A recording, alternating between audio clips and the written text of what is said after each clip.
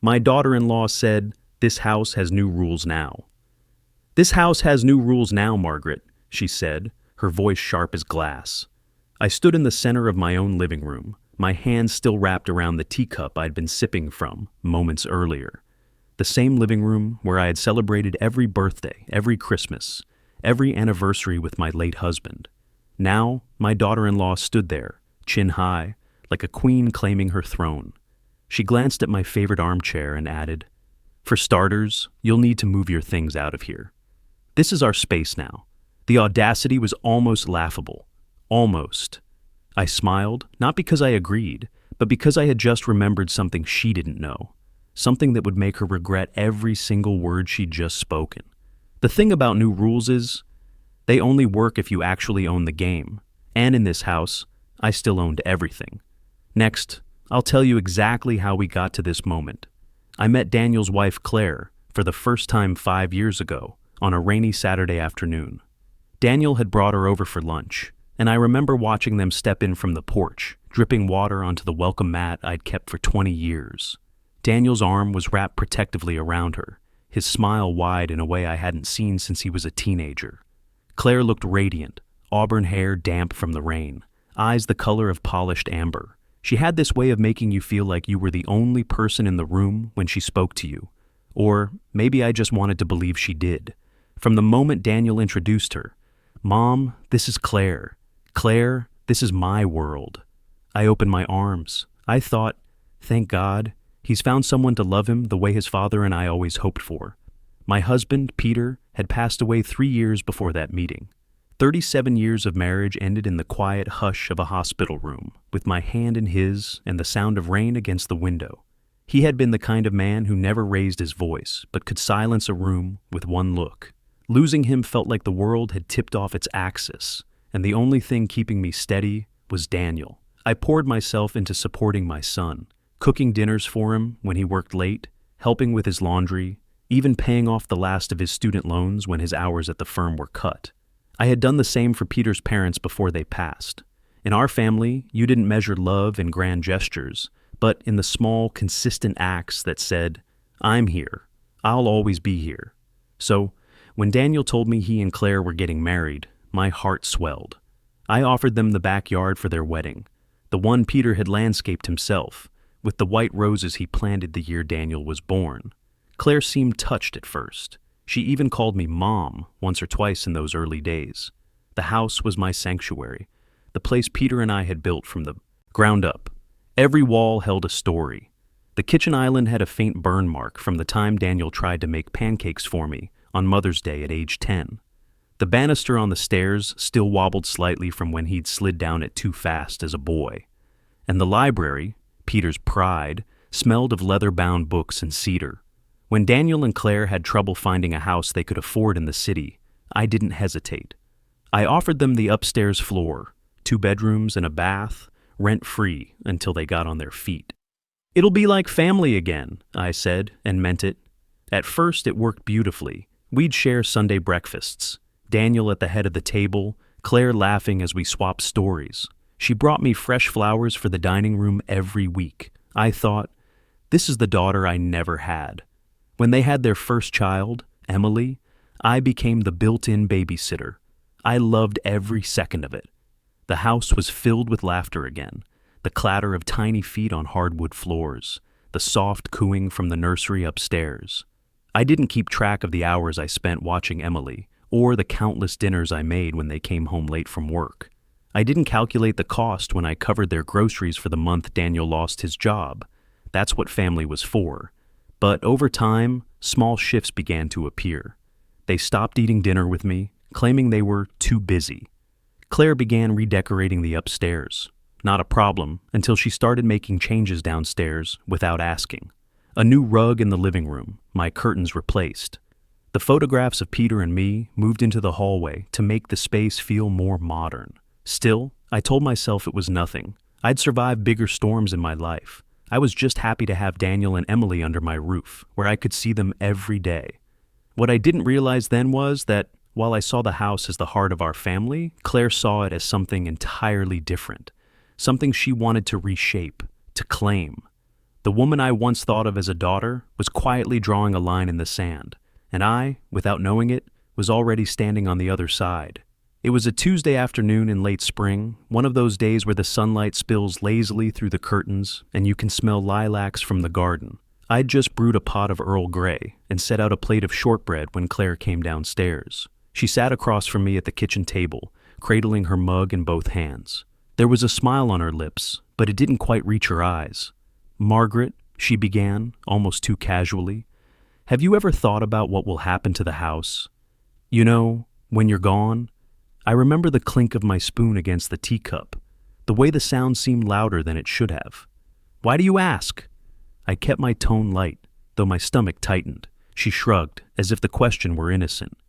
"Well, Daniel and I were just talking. It would be nice to know, for planning purposes.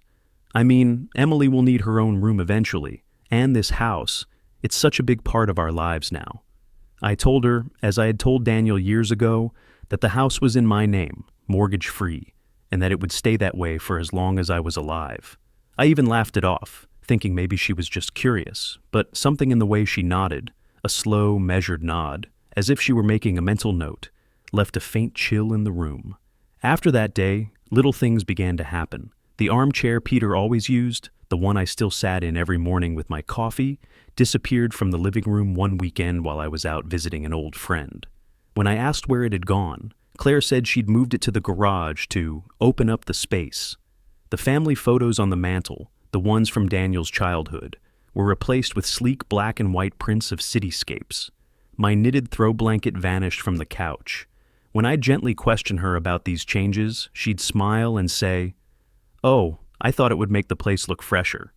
More us, US." It was such a small word, but it cut deeper than she knew. Another time, she hosted a dinner for her friends in my dining room while I was upstairs.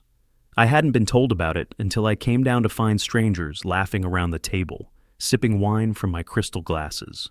When she saw me in the doorway, she simply said, "Oh, we didn't want to bother you, Margaret.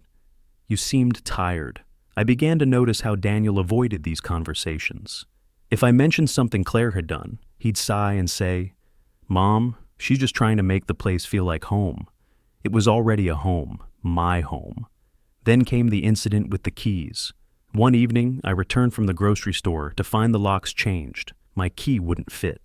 Claire opened the door after several knocks, explaining that she and Daniel had upgraded for security reasons, and that she'd forgotten to give me the new set. I stood there on the porch, holding 2 bags of produce, trying to process how I could be locked out of my own house. She laughed lightly, almost dismissively, as she handed me the keys. "You're part of the family, Margaret," she said. "Of course you have access. We just needed a little more control over who comes and goes." That word again, control. Even the way she spoke about the bills shifted. She began referring to utilities as our expenses when talking to Daniel, but when it came time to pay, she conveniently forgot that I covered almost everything: electricity, water, internet, even the property taxes. By the end of that summer, I had stopped leaving my valuables in common areas. My grandmother's silverware set, the pearl necklace Peter had given me on our 25th anniversary. All of it was locked away in my bedroom. Still, I told myself, maybe I was being too sensitive. Maybe she just had a different way of doing things. But that illusion shattered the day I overheard a phone call. I was coming down the stairs when I heard her voice from the kitchen. She was speaking to someone, her tone warm, excited. "Yes, it's a beautiful property," she said. "We'd probably knock down some walls, modernize the whole thing. The location alone is worth a fortune." I froze. "No, my name's not on it yet," she continued, "but it will be, sooner or later." That was the moment I knew. Claire didn't just want to live in this house. She wanted to own it, control it, erase me from it.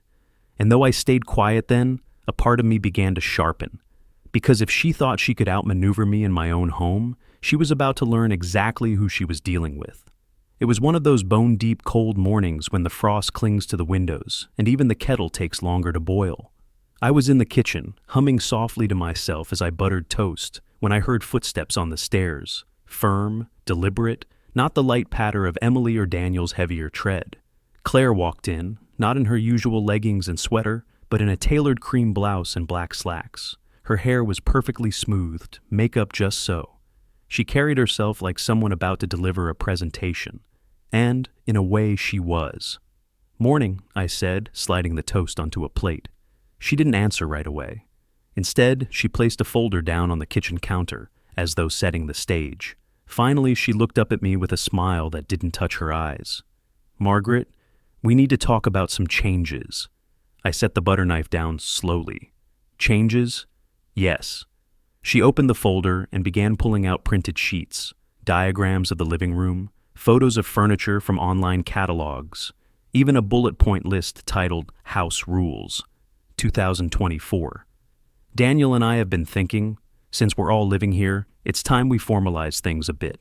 A system, something that works for everyone." The way she said everyone felt pointed, like I was the one who needed to adapt. I picked up the paper, scanning the list. No personal belongings left in shared spaces. All decor decisions to be made jointly. Claire underlined this one. Kitchen and dining room to be cleaned immediately after use. No exceptions. Guest approval required from both Daniel and Claire before anyone visits. Quiet hours from 9 p.m. to 7 a.m. And at the very bottom, in neat, bold font. No pets allowed in the house. My eyes narrowed. Peter's old beagle, Max, had been part of this home for 11 years. "This is my house, Claire," I said, my voice low. She didn't flinch. "And it's our home too now. We all need to respect boundaries. We're raising Emily here, and the environment matters." I let the silence stretch, the clock ticking loudly on the wall. "And what exactly happens?" I asked finally. "If I don't agree to your rules?" She tilted her head, her voice soft, but laced with steel. "Then maybe this living arrangement isn't going to work anymore. Daniel and I have been talking about it, and..." I cut her off. "You've been talking about what, exactly?" "About the fact that you're getting older, Margaret," she said, almost gently, like she was delivering bad news to a patient. "You might be more comfortable in a smaller place, somewhere with less responsibility. We could help you find a retirement community." My hands tightened around the edge of the counter. "You want me to leave my own home?" She sighed, as though I were being unreasonable. "It's not about that. It's about what's best for everyone." I took a step toward her, closing the distance. "Claire, this house is mine. I paid for it, maintained it, and built every memory inside it. And you think you can walk in here and decide how I live?" She held my gaze.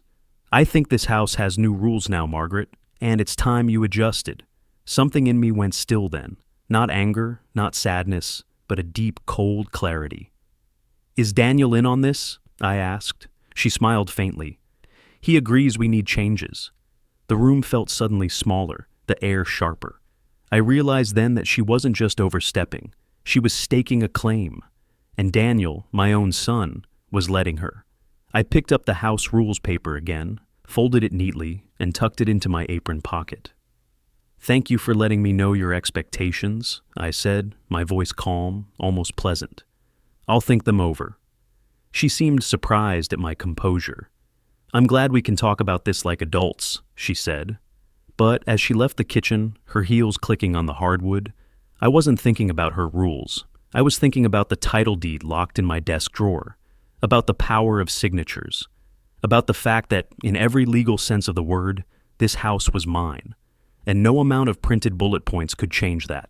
That day, over a simple breakfast, Claire had drawn her battle lines, and I had just decided exactly how I was going to cross them. The first thing I did was nothing. Not the kind of nothing that comes from defeat, but the strategic, watchful kind. The kind Peter used to use when he was negotiating contracts. Let them believe they've won the first round, and they'll get careless. I went about my days as though Claire's house rules were a harmless suggestion. I even nodded politely when she reminded me about shared spaces or quiet hours. But in the quiet moments when no one was looking, I began taking stock, literally. I opened the old cedar desk in my bedroom and pulled out the metal tin that held the most important papers in my life: Peter's will, our marriage certificate, the title deed for the house, and the original mortgage discharge notice. I read every word again, slowly, with my reading glasses perched on my nose. It was all still exactly as it should be. my name, alone. No co-ownership, no transfer clauses, no room for interpretation. But I wasn't naive. Claire's confidence told me she had a longer game in mind. Whether it was pushing me out or maneuvering Daniel into inheriting sooner, I knew I needed to make my position airtight. So I called Frank Monroe, our family lawyer for over 30 years. He'd been at our wedding, had shared a drink with Peter in this very kitchen, and had handled every legal matter we'd ever faced. "Margaret," he said after hearing the situation, "you need to update your will and add a life estate clause.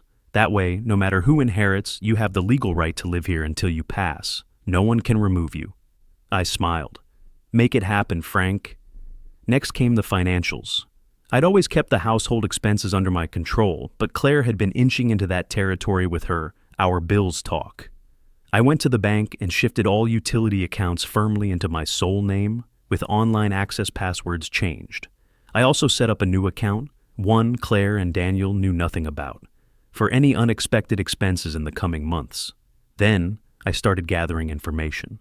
You see, Claire liked to talk when she thought I wasn't listening. She'd have phone calls in the kitchen or chat with her friends when they came over, assuming I was tucked away upstairs. But I'd learned to move quietly in my own home. A casual trip to refill my tea often yielded interesting fragments. Once the place is ours, we can finally renovate. Margaret doesn't need all this space. It's really just a matter of time. Every overheard sentence was a puzzle piece. And then, quite by accident, I stumbled across something more valuable than I could have hoped for. One Tuesday afternoon, Daniel was at work, and Claire had gone upstairs for a nap. Emily had been playing with crayons at the dining table, and when she wandered off, I began tidying up. That's when I saw it, a printed email folded in half, with my address in the subject line. It was from a real estate agent. "Hi, Claire. Per our discussion, attached are preliminary estimates for your property value based on recent sales in the area. Let me know when you'd like to move forward with a formal appraisal. Our property." I slipped the email into my apron pocket without a sound. From that moment, my plan sharpened into something almost surgical. I scheduled a quiet meeting with Frank again and showed him the email. His eyebrows rose. "If she's trying to sell or appraise without your consent, she's in violation of your property rights. That's leverage. Leverage. Such a simple, delicious word." The next step was to control the narrative. If Claire wanted to play in the shadows, I'd turn on the lights. I started speaking to Daniel in measured tones, planting seeds of doubt without ever making outright accusations. "I know Claire has big plans for the house," I'd say over breakfast, stirring my coffee. "It's just, I always pictured Emily running through these halls long after I'm gone. Hard to think about it being torn apart." Daniel would shift uncomfortably, mumbling something about change being good. But I could see it, the faint flicker of guilt. And lastly, I prepared the symbolic move, one Claire wouldn't see coming, until it was too late. In the center of the living room, above the mantel, there used to be a space where Peter's portrait hung. Claire had moved it to the hallway months ago, replacing it with abstract art. I retrieved that portrait from the closet and took it to a professional framer, adding a small brass plaque at the bottom. "This home of Peter and Margaret Whitmore, Esther 1983. When it returned, I didn't hang it right away.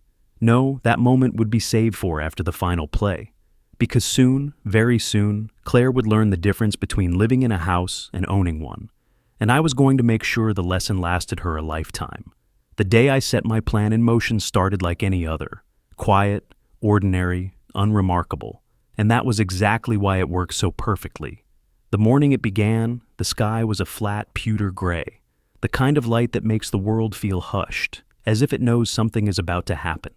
I woke earlier than usual, not from restlessness, but from certainty. Today was the day. I moved quietly through the house, the way you do when you've lived in the same walls for decades and know exactly which floorboards creak. Claire and Daniel were still asleep. Emily's soft breathing drifted from her room upstairs. I made my tea, buttered a slice of toast, and sat at the kitchen table, waiting. Timing was everything. At 8:15 sharp, I heard Daniel come down the stairs. His tie was half knotted, his hair still damp from the shower. Claire followed moments later, her heels clicking across the hardwood. "Morning, Mom," Daniel said absently, grabbing a coffee mug. "Morning, Daniel," I replied, keeping my voice calm. Claire didn't greet me. Instead, she began opening cupboards as if searching for something she'd misplaced. "Claire," I said evenly, "I've been thinking about those house rules you mentioned." Her head snapped up, surprise flickering across her face. "Oh? And?" "And," I said, folding my hands on the table, "I think you're right. It's time for changes, so I've scheduled a meeting for us with Frank Monroe, our family lawyer, at 10 a.m. today." Daniel frowned. "Why? What for?" "To make things clear. You both seem concerned about the future of the house, so I thought we should put everything in writing." Claire's lips curved into what she must have thought was a victorious smile. "That's probably a good idea." I didn't smile back. At precisely 10 o'clock, we walked into Frank's office. He greeted me warmly, shaking my hand, then offering a polite nod to Daniel and Claire. "So," Frank began, adjusting his glasses, "Margaret has asked me to update her will and add some protections regarding her property." Claire leaned forward, ready to interject, but Frank continued smoothly. "We'll be filing a life estate deed today. That means Margaret retains the absolute right to live in her home until her passing, regardless of any ownership changes or inheritances. No one, and I do mean no one, can force her to vacate." The color drained slightly from Claire's face. "Wait, what do you mean regardless of ownership changes?" Frank steepled his fingers. "I mean exactly that. Even if the property is left to someone else, Margaret has full, legal, irrevocable occupancy rights. She controls who lives there, how it's used, and whether it's sold." I could feel her anger simmering beside me, but I kept my gaze on Frank, signing each document with deliberate strokes. When we were done, I slid a copy of the paperwork across the table toward Claire. "I thought you'd want everything clear," I said mildly. "No confusion about rules or boundaries." That afternoon, I made my second play. For years, I'd quietly paid the mortgage, when we still had one, utilities, insurance, and taxes, letting Daniel and Claire believe these things simply took care of themselves.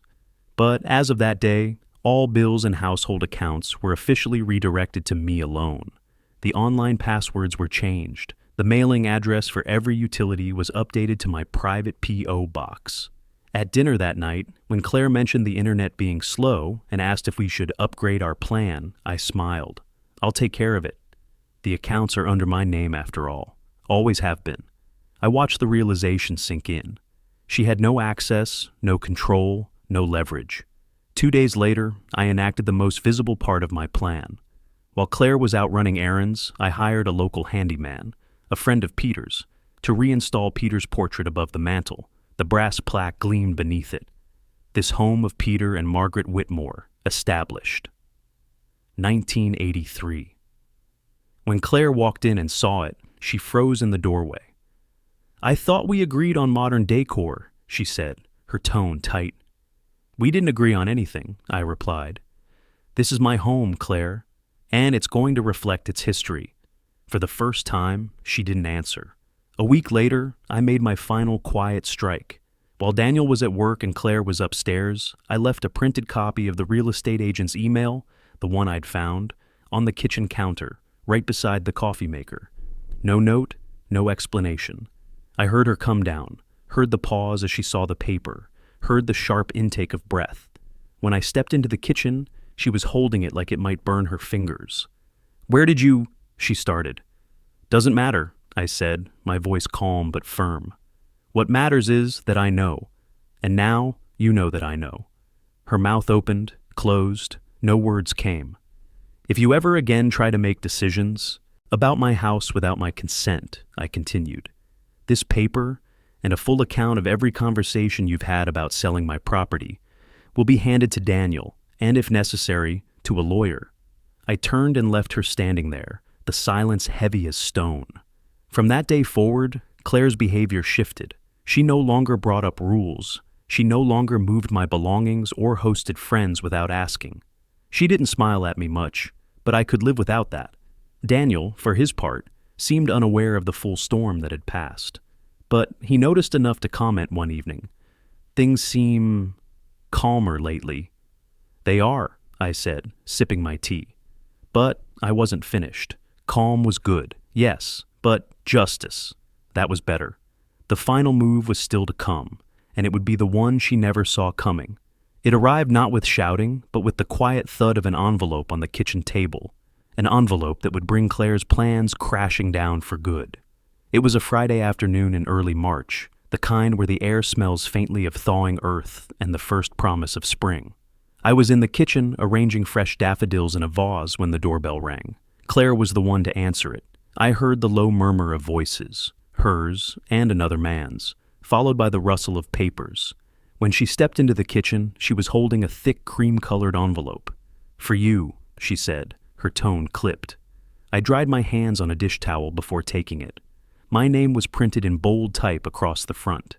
Inside was a formal notice. Notice of legal claim, unauthorized attempted property sale. At the bottom, Frank's signature glinted in blue ink. Claire's face was pale, but her chin was lifted. "What is this supposed to mean?" she asked. I took my time, setting the vase on the table before meeting her eyes.